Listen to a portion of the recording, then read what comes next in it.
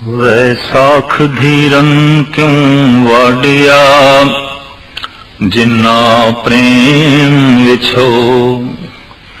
हर साजन पुरख विसार कै, लगी माया धो। पुत्र कलित्र ना संग धना, हर अवनासियो।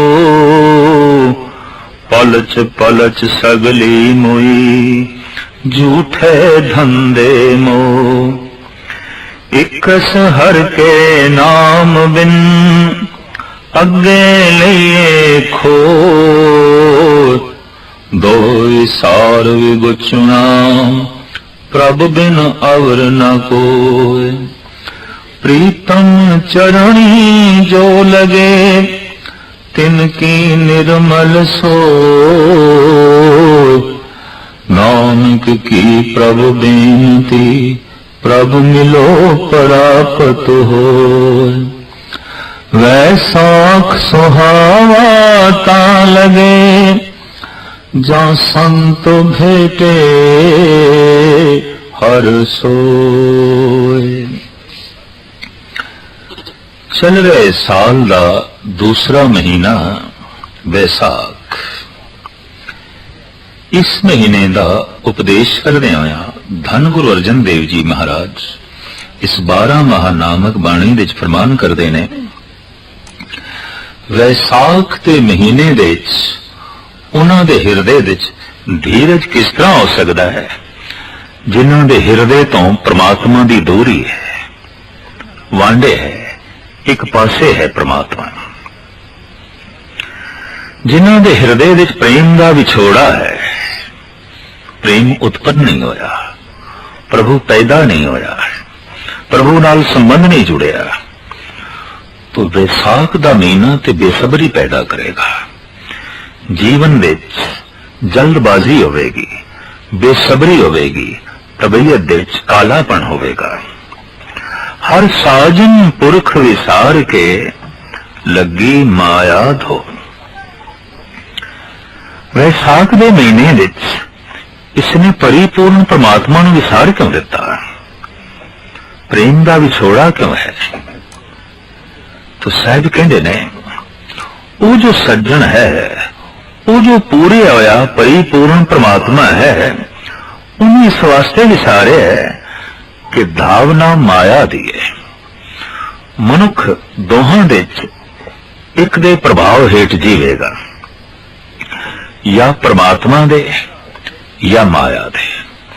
तर्ज़े जिंदगी दस देंदी है कि किस दे प्रभाव हेठ जी रहा है, और जिस दे प्रभाव हेठ जी रहा है उस वर्गे उसदे कर्म हो जाणगे।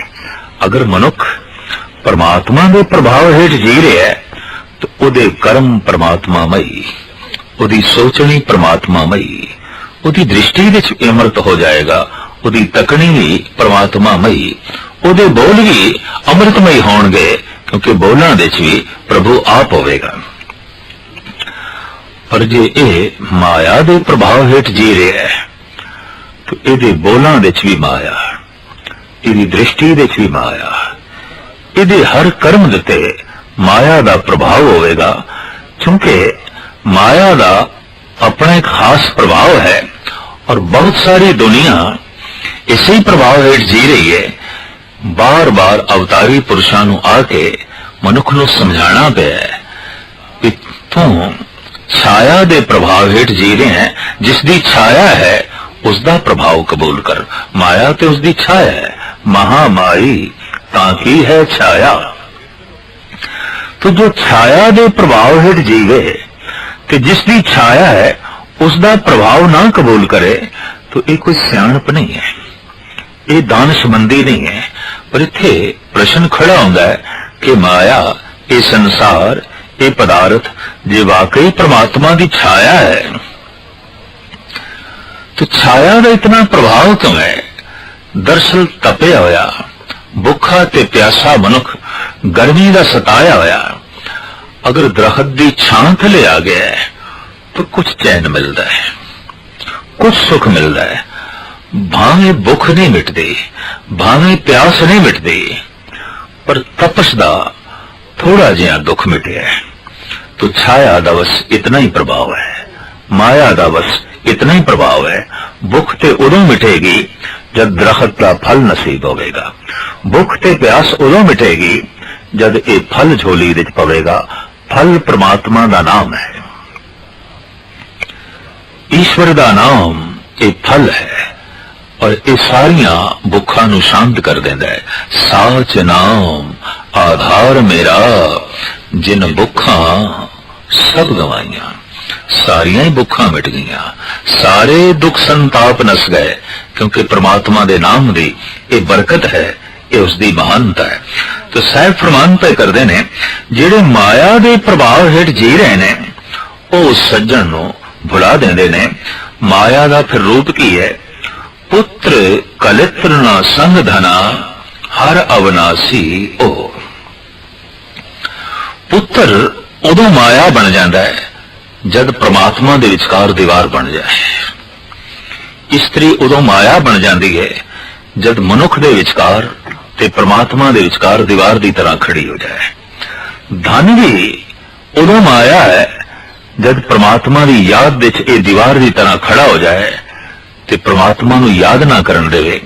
हर ओ रंग रूप माया है जो परमात्मा तक जान ना देवे, उदी याद विच बाधा खड़ी कर रहे। अगर पुत्र सहायक है, मददगार है परमात्मा की याद विच, तो पुत्र माया नहीं है। अगर स्त्री सहायक है, मददगार है, अमृत वेले उठण विच मदद कर रही है, बाणी पढ़न विच मदद कर रही है, प्रभु की याद की सहायता दे रही है, तो स्त्री माया नहीं है, प्रभु की बख्शिश, इति उसकी रहमत। और धन भी जैसे जैसे घर विच वधदा जा रहा है, हृदय विच धर्म वधदा जाए, परमात्मा की याद वधदी जाए और धन करके दान दियां बिरतियां भी वधदियां जान, तो ये धन माया नहीं है, ये ते सहायक हो गया, ये ते मददगार हो गया। तो माया कईयां दी दासी है, कईयां दी मालकन है। गुरबाणी विच इस तरह के दो रूप बयान किए गए ने। माया दासी भगतां की कार कमावे। ये भगतां दी दासी है, लेकिन संसारियां दी ते मालकन है। संसारियां दे आम जो इसके प्रभाव हेठ जीवदे ने, माया उन्हां दे सिर ते बैठती है, कि जो परमात्मा दे प्रभाव हेठ जीवदे ने, माया उन्हां दे कदमां दे थल्ले होंदी है। जिस दे कदमां दे थल्ले माया है, गल स्पष्ट हो गई, ये परमात्मा दे प्रभाव हेठ जी रहा है, इस दे मस्तक ते परमात्मा दा ज्ञान है, उसका हथ है। और जिस सिर दे उत्ते माया आन बैठी है, तो एक गल स्पष्ट हो गई, इसकी जिंदगी विच परमात्मा नदारत है। पुत्र, स्त्री, धन संपदा सारे के सारे परमात्मा दे विचकार दीवार बन के जो है खड़े हो गए ने। साहिब कहने सारे दे सारे तेरी अखां दे सामने ओजन होने वाले ने। इन्हां दे चों बारी बारी संबंध दे टुटदे हां, देर नहीं लगदी। अविनाशी ते केवल एक परिपूर्ण परमात्मा है।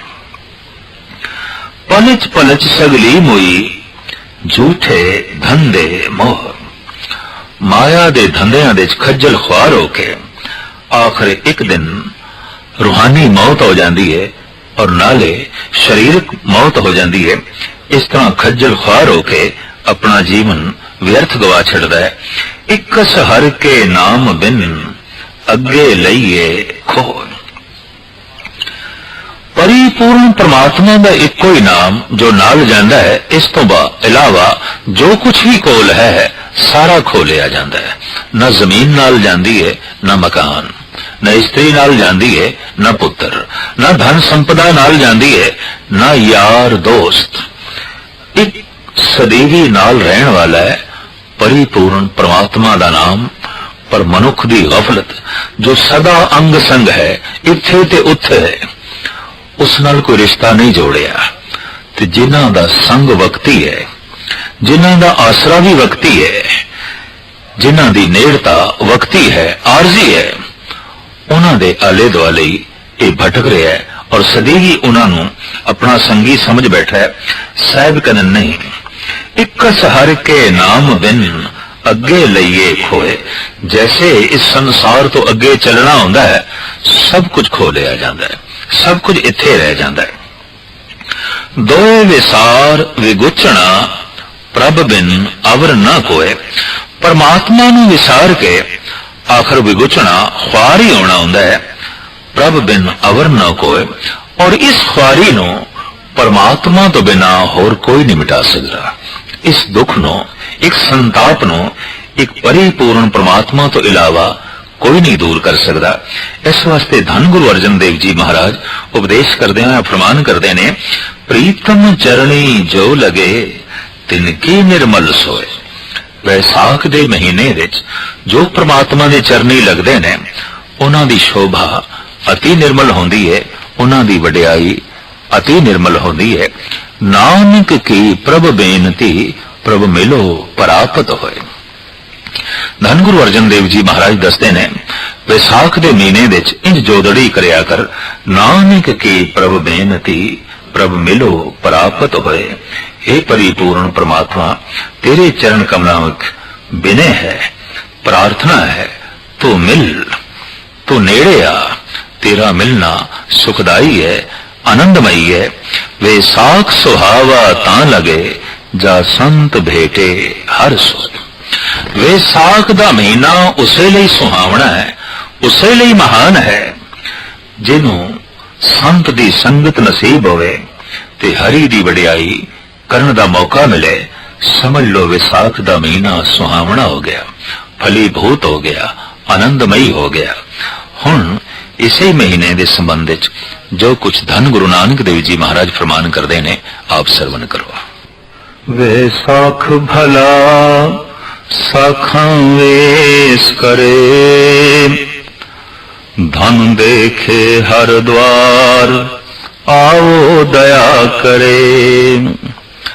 घर आओ प्यारे दुत्ते तारे, तुद बिन अड न मोलो। कीमत कौन करे तुद भावा, देखते खाए ढोलो। दूर न जाना अंतर माना, हर का महल पछाना। नानक वैसाखी प्रभ पावे, सुरत सबद मन माना। पहले पातशाह प्रकृति की रूप रेखा वैसाख दे महीने की इंज फरमान करते ने, वैसाख भला साखा वेश करे। वैसाख दा महीना अत्यंत भला है। दरख्तां विच नवीआं कौंपलां फुटदियां ने। पतझड़ दी रुत तो बाद शाखां नवीआं कोपलां नूं जन्म देंदियां ने। वैसाख दा महीना वाकई उस मनुख लई महान है जिस दे अंदर कोई नवें जीवन दियां कोपलां फुटन, कोई नवे ख्याल, कोई नवी तर्जे जिंदगी, कोई नवा उमंग, कोई नवी तरंग, कोई नवा राग, कोई नवा रूप इस दे अंदर उत्पन्न होवे, जिहड़ा इसने अज तक कदी वेखिया ना होवे, सुनिया ना होवे, रंग माणिया ना होवे। इस तरह किधरे दुनिया दियां, इस तरह दे रस दियां, इस तरह दे संसार दियां जे किधरे इस दे अंदर कौंपलां फुटन, तो महाराज कहते ने वैसाख दा महीना सुहावना है, भला है। प्रकृति ते अपने सुभाव दे मुताबिक वैसाख दे महीने च नवीआं कौंपलां नूं जन्म देंदी है। चारों पासे पत्ते नवे आउंदे ने, शाखां अपने ढंग दा एक वेश धारण करदियां ने। साहब उसे दा जिक्र पे करदे ने, वैसाख भला साखां वेश करे। शाखां शिंगारियां जांदियां ने, शाखां ते पत्तियां दा शिंगार आ जांदा है। जद वैसाख दा महीना बनस्पति नूं शिंगार देवे ते ऐ बंदे तू बिना शिंगारिया रह जावे, तू हार शिंगार तो बिना रह जावे। देखते सही प्रकृति बनस्पति नूं शिंगार दे रही है, तू वांझा क्यों रह गया? ये नवीआं कौंपलां तेरे अंदर क्यों नहीं फुटियां?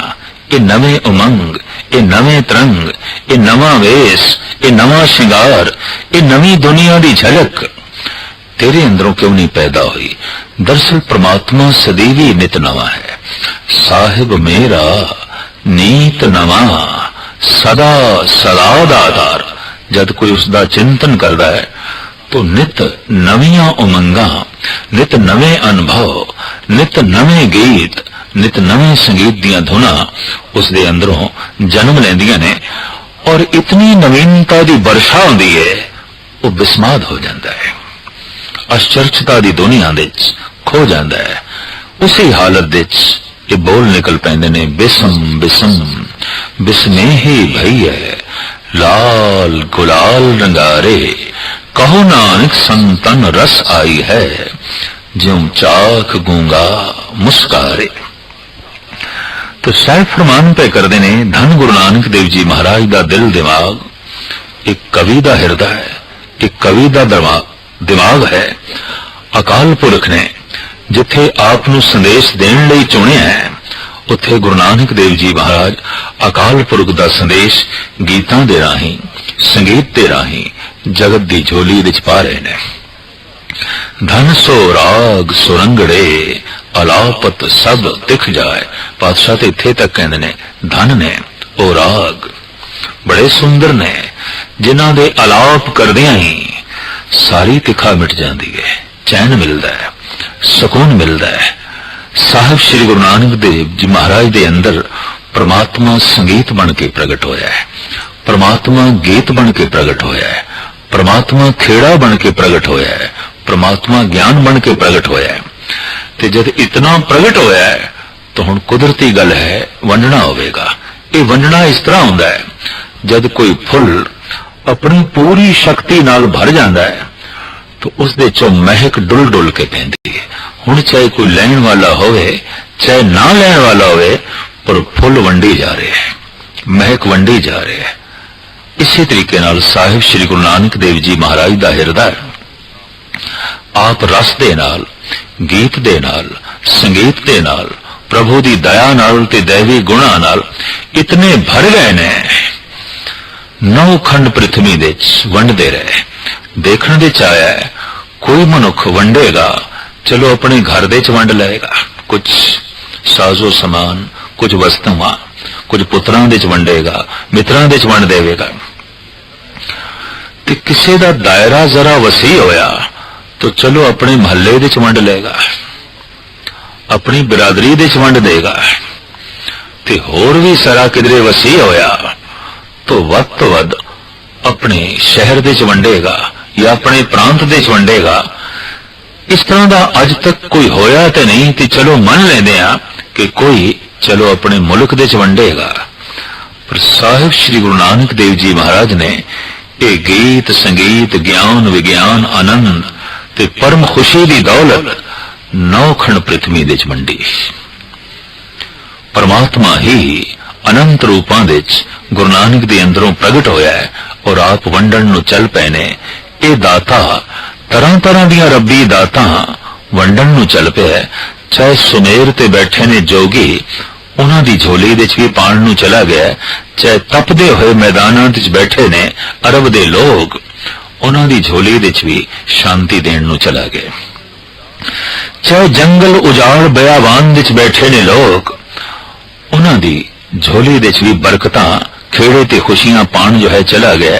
ते चाहे कोई घर दे बैठे ने खाली उन्हां दी झोली भी भरन नूं साहिब श्री गुरु नानक देव जी महाराज पहुंचे ने। आप विसाख दे महीने दा जो प्राकृतिक रूप है इन बयान करदे ने। विसाख भला साखां वेस करे, धन देखे हर द्वार आवो दया करे। वैसाख दे महीने विच जिवें दरख्तां ने नवीं कौंपलां देख लईआं, नवे पत्ते देख ले, नवी हरियावली देख रही, जे किधरे जीव रूपी इस्त्री भी हरी दा द्वार देख लवे ते उसके अंदरों भी ये मंग पैदा हो सकती है, हे प्रभु आ तू मेरे हृदय च, आ तू मेरे घर दे च। तेरी झलक जे इतनी सुहावनी है तो तेरा मिलना कितना आनंदमयी होवेगा। घर आओ प्यारे दुत्तर तारे, तुद बिन अड न मोलो।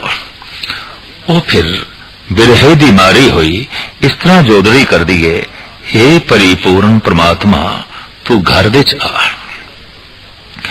तेरे तो बिना मेरा कौडी भी मुल नहीं, अड न मुलो, तू होवे ते मैं लखां दी, तू नहीं ते मैं कख दी। हे परिपूर्ण परमात्मा तेरे नाल ही मेरी महानता है। बिरहे कुठी जीव स्त्री इस तरह वैसाख दे महीने तो प्रभावित होके उच्चारण कर दिए, घर आओ प्यारे दुत्तर तारे, ऐ प्यारे घर विच आओ ताकि मैनू इस नतरे जान वाले संसार तो तारण विच मददगार साबित हो सको, मैनू पार करो। इथे अथाह सागर है, अथाह लहरां ने, फिर तूफान है। हे प्रभु हे प्यारे घर विच आओ, मैनू तारो, क्योंकि मैं ऐसा समझ लिया तुद बिन अड न मोलो, तैथों बिना मेरा कौडी भी मुल नहीं। बेड़ी दी महानता मला करके है। जड़ी बूटियां दे राज वैद लोग प्रगट करते ने, किसे साज दी महानता साजिंदे करके है, किसे बीज दा फलीभूत होना ते गुणशाली होना धरती करके है। इस तरह मनुख दी भी सारी महानता परमात्मा करके है। एक परमात्मा नु अपने जीवन तो एक पासे कर दईए तो इंज समझ लो जैसे मलाह बेड़ी तो अलग हो गया, जैसे बीज तो जमीन अडरी हो गई, जैसे साज तो साजिंदा अलग हो गया, ते साजिंदे तो बिना ये साज की मैंने रखता है। ये चो संगीत नहीं निकल सकेगा, ये चो धुन नहीं निकल सकेगी। ये जो राग संगीत धुना सन ये ते साजिंदे करके सन। जीवन दे जो गीत संगीत खेड़ा वो ते परमात्मा करके है। इस वास्ते आख्या गया तू ते परमात्मा दी बंसरी बन जा, परमात्मा दा साज बन जा, उहदे होंठां नाल लग जा, ताकि उसदी हवा उसदी प्रेरणा तैनू ऐसे छूए कि तेरा जीवन संगीतमई हो जाए। साज उदों संगीतमई हो जाता है जब साजिंदे दे हथ छूंदे ने, साजिंदे दे होंठ छूंदे ने, तो साज एक महान आवाज नू जन्म देंदा है। यकीन जानो जद हिरदे नू परमात्मा छूंदा है और जद कोई साज दी तरह अपने आप नू परमात्मा दे इंज हवाले कर देंदा है जिवें कि साज साजिंदे दे हथां जो है चला जाता है, तो वाकई उस मनुख की जिंदगी संगीतमई हो जाती है। ये तो एक प्रतीक ने कि बांस दी पौंगरी बांसुरी बन गई, कृष्ण दे होंठा ने छोई, वो तरह तरह दे संगीत नू जन्म देने लग पई। यकीन जानो जद भी कोई साज दी तरह बन जाए ते परमात्मा दे होंठा नाल लग जाए, परमात्मा दे अंग नाल छो जाए, तो उसदे बरकत भरे हथ उसदे अमृतमयी चेहरे दे नाल उस साज दे चों जिहड़ी आवाज पैदा होंदी है उसे नू वेद कहंदे ने, उसे नू पुराण कहंदे ने, उसे नू अंजील कहंदे ने, उसे नू कुरान कहंदे ने। और धन गुरु ग्रंथ साहब जी महाराज दी ए बाणी इते सारे दे सारे खसम दे बोल गुरु नानक देव जी महाराज ते आप कहंदे ने, जैसे में आवे खसम की बाणी तैसरे करी ज्ञान वे लालो। इति परमात्मा आप बोले है, इते उसदी मेहर उसदी बख्शिश। मैंने तो एक साज सी उसने बजाया है, ये गीत निकले है, ये संगीत निकले है। कि जद भी कोई परिपूर्ण परमात्मा नु इंज अर्पण करदा है जैसे कोई साज साजिंदे दे हथां जो है चला जाता है, वाकई उस मनुख की जिंदगी संगीतमयी हो जाती है, गीतमयी हो जाती है, आनंदमयी हो जाती है। इस वास्ते धन गुरु नानक देव जी महाराज फरमान पे करते ने, हे परिपूर्ण परमात्मा तैथों बिना मेरा कौडी भी मुल नहीं, कीमत कौन करे तुद भावा देख दिखावे तोलो। हे परिपूर्ण परमात्मा जे कोई तेरा दीदार करावे दिखावे, उस ढोल दे दर्शन करावे, तो कौन कीमत पा सकता है? कौन मुल दे सकता है, तू ते अमुल है। ते जिहड़ा दिखावे, जिहड़ा उस पासे दी प्रेरणा देवे, वो भी इतना महान है कि उसकी भी कीमत नहीं पाई जा सकती। साहिब श्री गुरु नानक देव जी महाराज वडहंस राग दे एक शब्द दे फरमान करते ने, तैं साहिब की बात जे आखे कहो नानक क्या दीजे।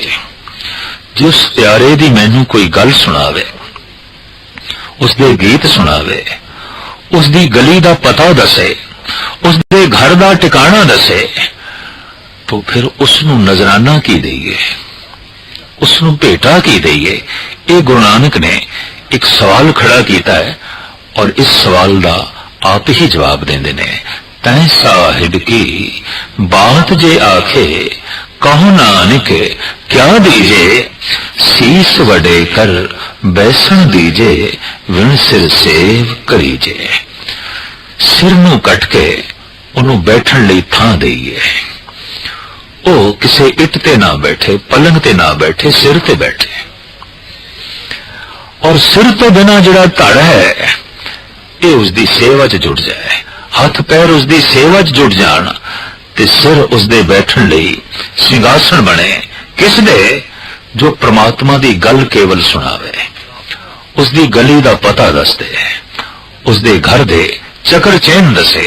साहिब श्री गुरु नानक देव जी महाराज का बिरही हिरदा इतना सदके जांदा है उस तो तैं साहिब की बात जे आखे कहो नानक क्या दीजे, सीस वडे कर बैसन दीजे, विण सिर से करीजे।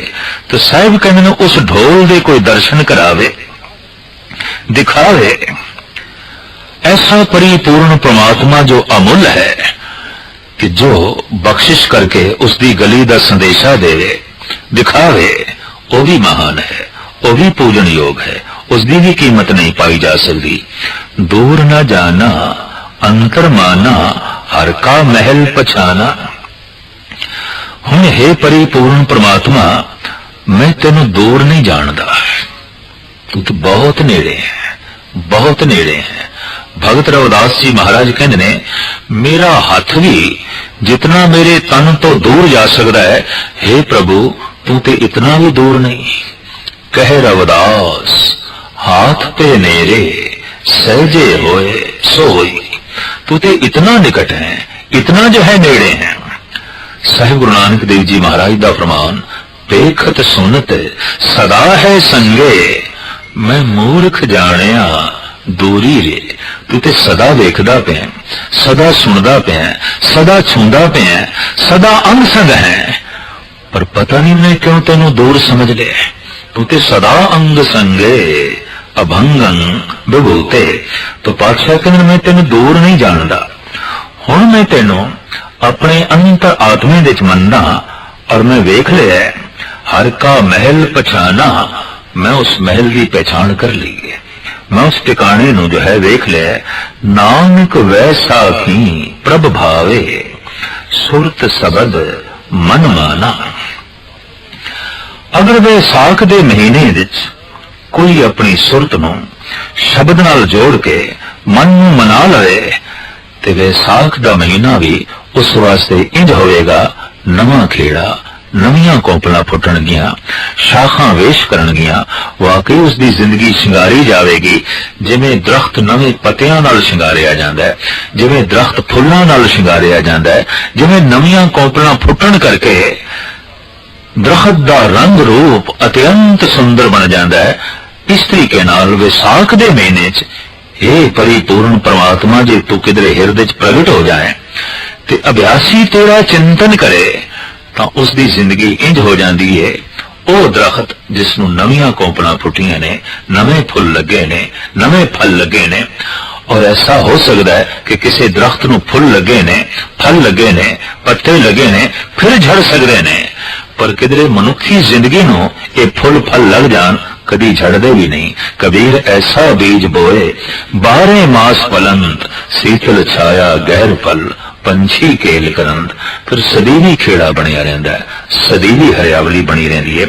विसाख दे महीने दा इस संदेश उपदेश धन गुरु अर्जन देव जी दा, ਤੇ ਗੁਰੂ ਨਾਨਕ ਦੇਵ ਜੀ ਮਹਾਰਾਜ ਦਾ ਸਾਖਾਂ ਨਵੀਆਂ ਵੇਸ ਦੇ ਵਿੱਚ ਲੀਨ ਹੋਈਆਂ ਨੇ, ਨਵੇਂ ਪੱਤੇ ਨਿਕਲ ਰਹੇ ਨੇ, ਨਵਾਂ ਸ਼ਿੰਗਾਰ ਕਰ ਰਹੀਆਂ ਨੇ। ਇਹ ਬੰਦੇ ਤੋਂ ਪੁਰਾਣੀਆਂ ਗੱਲਾਂ 'ਚ ਉਲਝਿਆ ਹੋਇਆ, ਪੁਰਾਣੇ ਝਮੇਲਿਆਂ 'ਚ ਉਲਝਿਆ ਹੋਇਆ। ਜੀਵਨ ਵਿੱਚ ਨਵੀਨਤਾ ਨੂੰ ਜਨਮ ਦੇ, ਨਵੇਂ ਖਿਆਲਾਂ ਨੂੰ ਜਨਮ ਦੇ, ਨਵੇਂ ਗੀਤ ਨੂੰ ਜਨਮ ਦੇ, ਨਵੇਂ ਸੰਗੀਤ ਨੂੰ ਜਨਮ ਦੇ।